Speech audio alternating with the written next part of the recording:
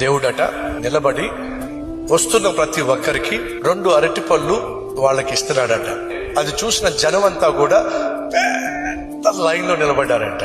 అందులో ఒక చిన్న పాపం పేద పాప వాళ్ళతో పాటు లైన్ లో నిలబడింది. దేవుని దగ్గరకు వచ్చేసరికి 2 అరటిపళ్ళు ఇచ్చాడట.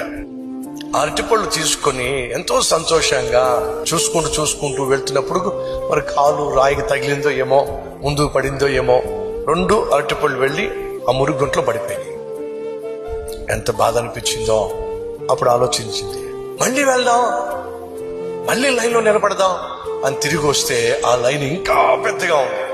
ఆ అమ్మాయి చివరికి వెళ్ళి నిలబడింది. అందరు వెళ్తున్నారు. చివరికి ఆ పాప వచ్చింది.